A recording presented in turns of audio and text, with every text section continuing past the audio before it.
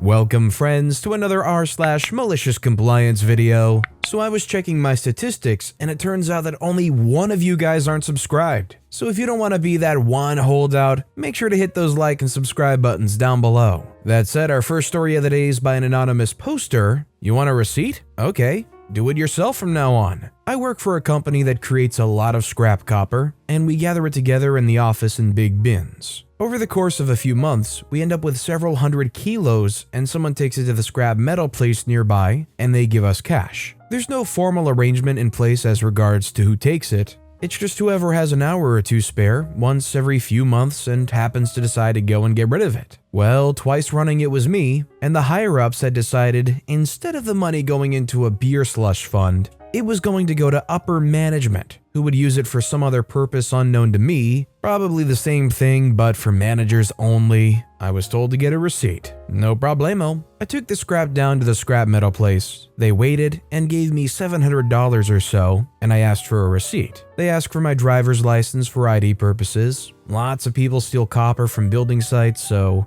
it's now a requirement if you want a receipt to show ID. Although I'm not sure how it addresses the problem, and I duly receive a receipt. I take the money back to the office and give it to the manager in question. No problem. A few weeks later, I repeat the process and it dawns on me that if this continues, there's every chance the tax department is going to start having a closer look at me and my substantial extra income. So I decide not to get a receipt. I'm a trustworthy character, so I don't anticipate an issue when I return and give the same manager a handful of cash. Something like $730.50, an odd amount. He wants to know where the receipt is, so I outline my concern about my name, and not the company's, being on all the receipts and my possible future tax bill. He tells me in no uncertain terms a receipt is required. I suggested that I had no interest in pilfering any of the company's money, but if he wanted a receipt, I suggested in the future I'd be more than happy to use his ID for the receipt. This was met with silence. I've taken one more lot of scrap since then. The money didn't make it upstairs. Instead, it went in the desk drawer of one of my department's managers, where it was used for the beer slush fund. Isn't it funny that this manager is willing to demand that you use your ID and get a receipt, and totally fails to see the issue until it's their ID that you suggest putting in the crosshairs? All of a sudden, that receipt isn't an issue anymore. Probably the best way to have handled it is use your ID, get that receipt, and then get another receipt or written piece of paper from actual management saying that they got all that money, you didn't pocket any of it. Basically something that just covers your butt, you know? If you were gonna do something like this for any kind of job, would you demand that you get it in writing from them that you're not pocketing any of that money? Or does it just not seem like a very big deal to you? Let me know what you think in the comments down below. Our next story is by Bunny Stew. Don't leave my work area even if there's no work to do? No problemo, boss. I, 28-year-old male, work for a major shipping company. At the time, my job was to use a towing tractor to find ULDs, big metal shipping containers that go on planes, for our work group to load up with freight. The big problem, however, was that our company simply did not have enough ULDs to go around, and it was a constant battle against other work groups to get them first. When we finally did get some ULDs, we'd have to stage them in a parking lot until they were needed. One particularly bad Monday, there was absolutely zero ULDs to be had, and a huge line of other workers waiting for empties to show up. I decided that I'd take 30 minutes to organize and clean up our staging area while my coworker was in line waiting. It's important to note that normally another worker would do this, but he was out sick. And if you don't clean up the staging area, you won't have any room to park ULDs. Well, my assistant manager saw this and wasn't happy about it. In his typical passive-aggressive self, he asked, "What are you doing, and why is it not getting cans?" I tried to explain the situation, but he wasn't having it. Normally when he starts to act like a jerk, I'd get my manager involved, but he was also out sick. After talking to what might have well have been a brick wall, he stops me mid-sentence and slowly and loudly says,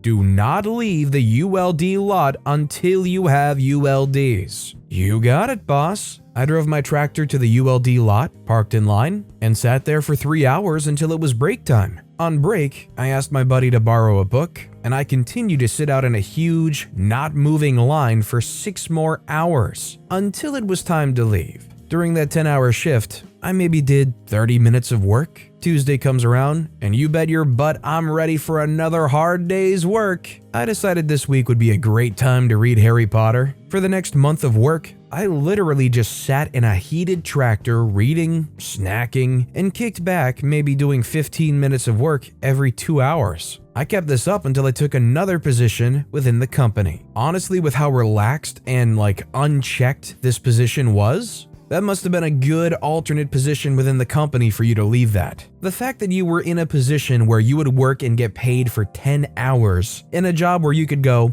you know what, I'm gonna read Harry Potter. It seems pretty good, but at the same time, it does seem like a lot of downtime to kill. This next story is by Snoobmemes Jelly 7182. Judge sues city over bike road, asks for it to be removed. City partially agrees with the plaintiff. The Green Party government of Hanover, Germany, declared a couple of roads in the city as bicycle roads, meaning bikes can ride next to each other, cars have to respect bikes and can't overtake. Long-term target is reducing car traffic in the city and prioritizing bikes, buses, etc. A judge didn't agree that a residential area road was made into such bicycle road, and sued the city on the grounds that this particular street doesn't give any advantage to the bikes compared to a normal road, since in any case it's not large enough for two bikes next to each other when a car is coming down the other way. The intention was to close the bicycle road because he can't stand that bikes are higher up in the hierarchy than cars. The court sided with the plaintiff's arguments, who now hope that the bicycle road became a normal, car prioritizing street again. The city also agreed with the plaintiff, but instead of closing the bike road, they're removing the parking spaces on the side of the road to make enough space for the bikes. Green Party is very happy. Liberal Party said, if you vote green,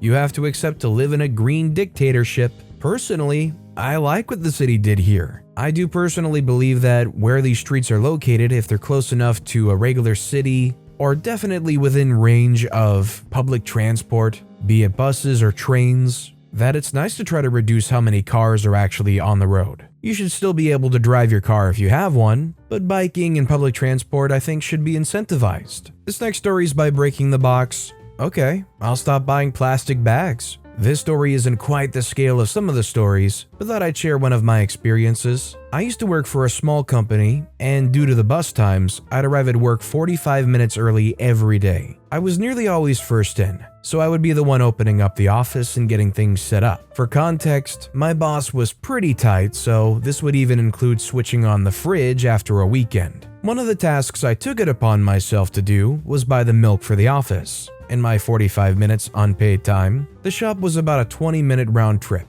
and I always got enough to last the week. In the UK, we pay for plastic bags, so I've always tried to have a couple spare in my work bag. However, sometimes I just forgot, so I would buy one from the shop. While I was allowed to expense the milk, sometimes I would forget or lose the receipt, etc., so then the company would be getting free milk. One day, I submitted my expense claim and left the receipt on the finance manager's, i.e. boss's wife's, desk, and went for a meeting. Usually when this happened, I would come back to a couple of quid to cover the milk. This time, however, I came back to the money and a note asking me could I stop expensing the company for 5 pence plastic bags as it's inefficient and a waste of company resource. So I did. In the 12 months I continued to work for them, I never bought milk again for the office and stopped doing any chores in the opening up of the office, other than switch off the security alarms. I'd instead use that 45 minutes to eat breakfast or even just sleep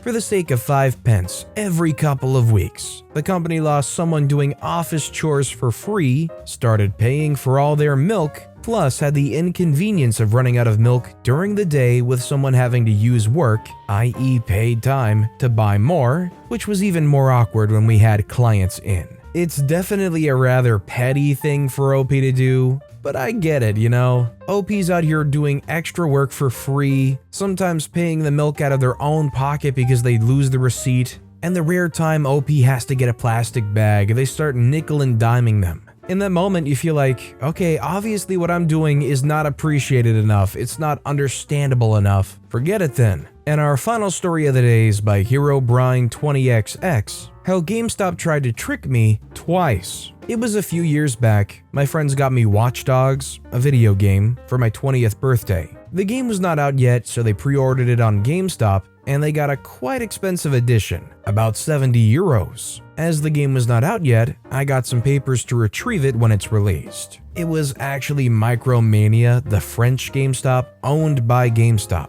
I'll refer to it as GameStop to make it easier. The game had some delays and was released a year later, so I instantly went to GameStop to get my game the week it was officially released. I showed the papers to the cashier and owner, and he told me, "Sorry, but your gift card is expired." And I was like, what the freak are you talking about? The game just got released like 2 days ago. Seems like when you pre-order at a GameStop, they give you a document that says you pre-order the game so that they keep it in stock, and a gift card of the amount of the game. And this one expired after a year, so a few weeks back.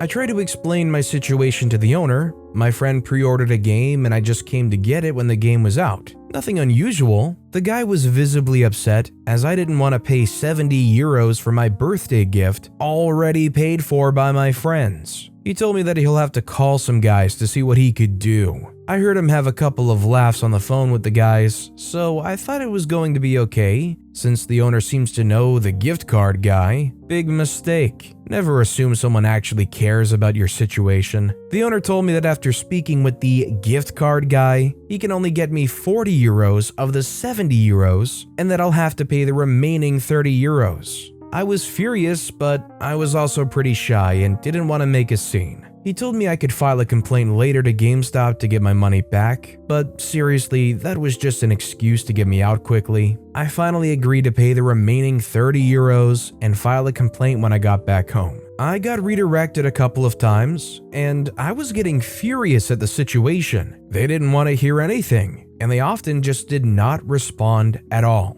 So after a week of me sending mail, I said something along the lines of, if I do not get a response back before tomorrow night, I'll start by spreading my story to social networks and notation services. I'll explain how I ended up paying 100 euros instead of 70 euros for a game before taking it to court. Kind regards. I did get a response after this mail stating that gift cards were only available for 1 year. They didn't want to admit their mistake, but they were offering me 6 vouchers of 10 euros for my loyalty. I asked for 30 euros cash, but since I got 60 euros to spend on games, I took this as a win and accepted. They mailed me the 6 codes, and I happily went back to GameStop to buy some games. I don't remember what I chose, but when I went to pay, the cashier, who was the same guy as last time, told me that he can only apply 1 voucher per buy. So since I got a 60 euro game, I'll have to pay the remaining 50 euros since he can only apply 1 10 euro voucher. I literally froze like, what the freak?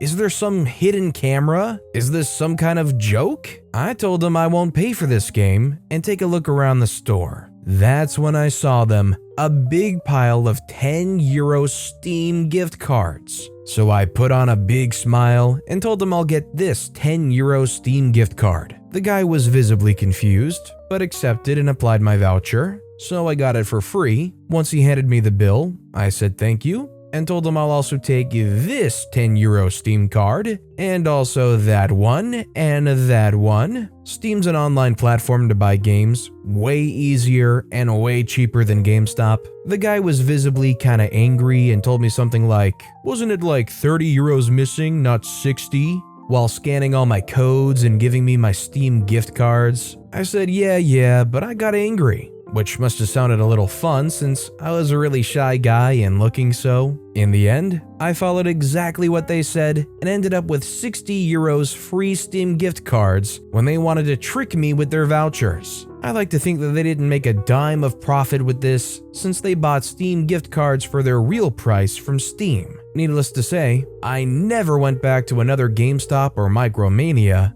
ever in my life. Honestly, I'm surprised that when OP walked up there with a Steam gift card, that the guy at the counter was like, vouchers can't be used on gift cards. It doesn't bring me a great surprise though that the company that's renowned for memes where it's like, oh, you want to trade in this chunk of gold, do you? The best I can do is $3.50. If you really want, you can also pick one of the 500 Funko Pops we got on the wall. Good on OP for getting their money back, or at least getting in a situation where they feel better about it. You can make that 60 euros go way farther on Steam too, so that's just a definite win. But with that being said, that's all the time we have for today. So of all these stories I've read today, which is your favorite and why? Let me know in the comments down below. And if you haven't yet, if you could like and subscribe, that would mean a lot to me. Whatever you do, whether it's liking, subscribing, turning notifications on, all of it helps grow this channel and I appreciate the heck out of it. So until next time, I'll see you all tomorrow with some more stories.